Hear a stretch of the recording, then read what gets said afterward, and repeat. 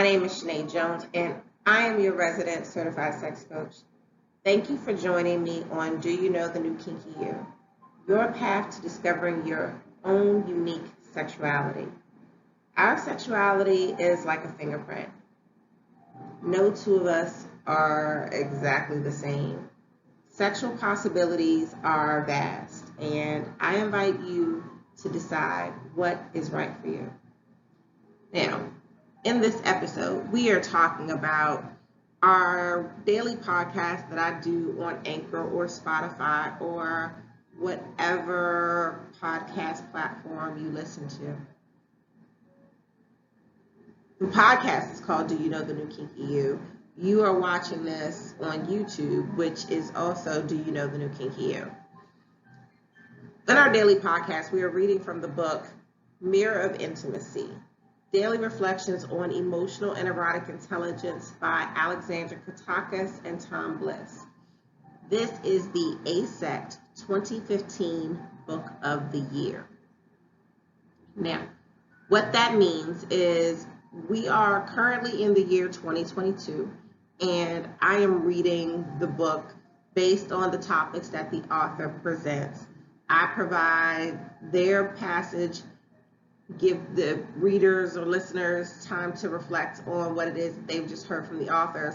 Then I provide commentary as a human sexual person, as well as a certified sex coach and soon-to-be certified sex educator. What I want to do here is, one, introduce the people who follow me on YouTube to an opportunity to follow me as well on the podcast, where you'll get a little bit of an in-depth look at the daily topics that I summarize for you here. And I promise I'm going to do a better job of actual summary of the topic so that you don't just listen to it here and say, I got the drift, which I know a lot of you are probably doing. But I think that you will benefit from actually going to the daily podcast. So please, if you haven't, please do so. Check it out. All right, let's get started for where we are this week. On the 7th, okay, so this is week 2 of February that we're discussing. We talked about sexual safety and what does sexual safety mean. We talked about some of the early messages and how we as adults perhaps do not understand the full capacity of how we are nurtured through our adolescence into our early adulthood as adults, what those messages from early caregivers meant to us, how they impacted us over time. And caregivers isn't necessarily our parents, it's any adult figure, perhaps what it is that you learned in school, older friends, hopefully not friends of your own age. I've talked about this as the two people with learner's permits teaching each other how to drive. It's ridiculous. But we talked about, what those impacts were, as well as being able to defer to a subject matter expert when you need help. So, for instance, I am going to be on a very serious sexual education kick in helping parents talk to their young people about sex and sexuality, because again, going back to those earlier messages, if you received negative messages, if you grew up in a place where sex positivity just didn't exist, then there is a good likelihood that you'll either pass along those same messages or no messages at all to the young people in your life. And you don't want to carry that cycle of misinformation. We want to break the cycle, and we should start to do it now. We also talked about unprotected sex and the author's statement of unprotected sex being something that can be considered cold. I put the question mark because I didn't necessarily agree with it. And in order to understand why I didn't agree with it, you should go listen to the podcast. On the 8th, we talked about virility. Now, what do you think about when you hear the word virility? And it really is a masculine term for somebody very strong, someone very powerful, someone in charge, but also somebody who is considered to have a very high sex drive. And what the authors and I both agreed on was that virility is something that isn't owned by masculinity. It's owned by the ideal that you want to be a highly sexual person. And I digress because I've said it before, highly or high is a term of degree that can differ based on who it is that you're dealing with and who you're talking to. So you have to be clear on definitions and terminology when we're using words with each other, because we can't assume what one person means when our differences could be minuscule or mighty. We're also talking about our capacity to change, and change is something that we're all capable of. We are not the same people we were years and years ago. We're not even the same people we were 2 years ago. Think about how we've changed as people as a part of this whole COVID environment that we live in now. We've changed and we've adapted. So how is it that we have been able to adapt and grow in such a way that owning virility is no longer a masculine thing and can be applied to anybody who wants that as a part of their life? Here we have discovery on the 9th. Discovery is a universal thing if we keep ourselves open to it. We are constantly developing as people. I just said it as part of our virility. We're growing every day. We're becoming new and improved, hopefully, new and improved people every day. So why is it that we are not taking the time to discover who we are inside and how we're changing? Because as we're changing, unless we're keeping an assessment of it and evaluating what it means to the impact of us, we can't really expect those around us to keep up with it. They're on the journey just like we're on the journey. They're a part of the discovery. But sometimes when we don't speak the same language or stay on the same page about where we are separately, then when we come together, that's when things become really disjointed, and we need to really pay attention to that. On the 10th, we talked about fate, and I really did a terrible job of trying to remember the specific Disney reference about the fates, and I did no better in trying to correct for that mistake prior to recording this, so it'll just carry on. But the Disney reference is the same. The movie is what I got wrong. The energy part, and I always do this, I need to remember to only do 2 bullets on my first slide or wherever I have 4 days on one slide, because I always cut it off. But we're talking about energy. So in this aspect of the podcast, it's really what happens to us after we pass away. I don't have the answer to that question, but I believe that our spirit, our consciousness is energy.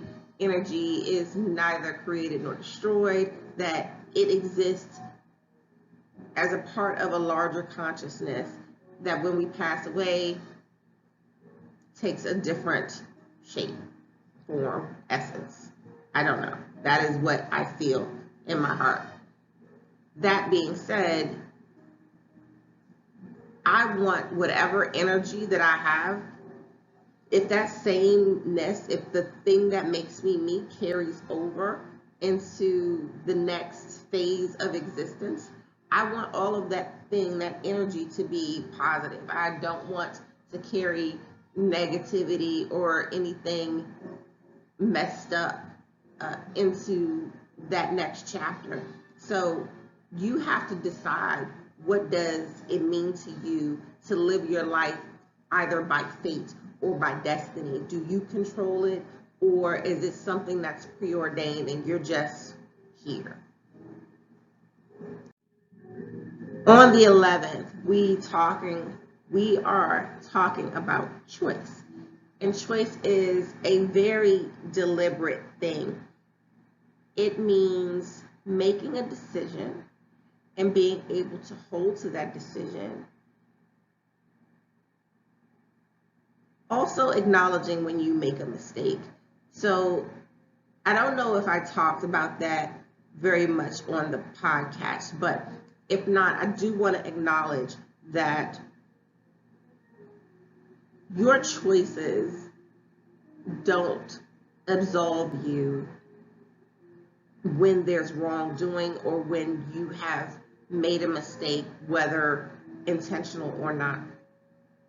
And everything that I talked about with a new friend that I made, Jason, who I've talked about a couple of times in the podcast, we spoke for a couple of hours because he had some feedback on a previous podcast I did on post-nut syndrome. And we talked about intent versus, with the delivery of words that convey feelings, your intent. You make a choice to tell somebody these words, and if in the event something changes, where skip over to day 12, you then are rejecting that person because something changed. There was something that triggered a different choice in you. How is it that you go about dealing with that person and conveying a message to them that may be rejection, that they will feel rejected? Is it your intent to do it? Probably not. But what can you do? What choices can you make to limit the damage that you could possibly do to another person? So we have to be very conscious of our choices. What do those choices mean, and how do they affect other people?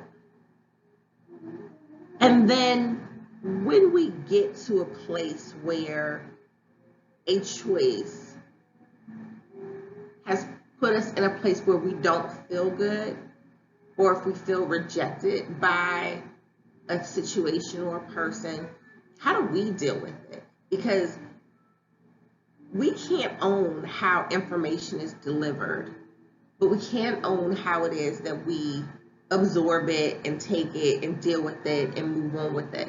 We have to be able to decide how it is that we nurture and cultivate that information as a part of ourselves. On the 13th, and this is particularly why I'm wearing this shirt, because I love it. I love it. It says stay weird. And the 13th talked about true love. And of course, we're in Valentine's season, and I go back and forth because I recognize that it is a corporate holiday to make money, to sell flowers that are 3 to however many more times more expensive during this period than they are at any other point in the year, probably except for Mother's Day. I get it.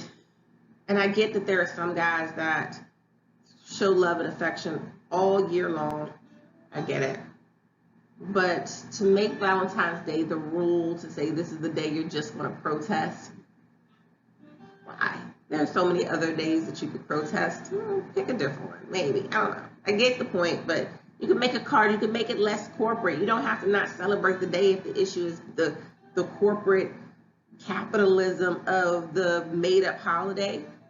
Participate in the made-up holiday, but do it in a way where you don't have to support capitalism. There's a win-win everywhere. But I digress, and I'm trying to stay in this topic. So, on the 13th, true love. There is a very lovely quote from the author that talks about weirdness. Everybody should be able to accept each other's weirdness. That's what true love is.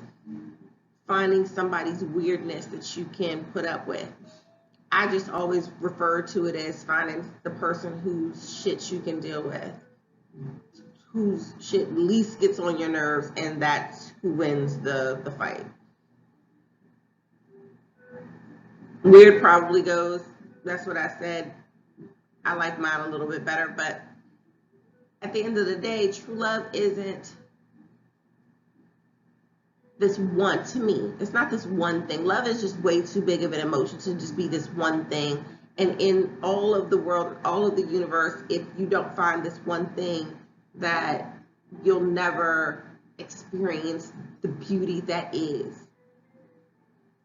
I think that we have love so much so in our lives, in our hearts, in our spirits, the capacity for love, not always the execution of, but the capacity for love that is so big that all we have to do is put it out there, and the laws of attraction will bring that same love based on our heart and our intention right back to us.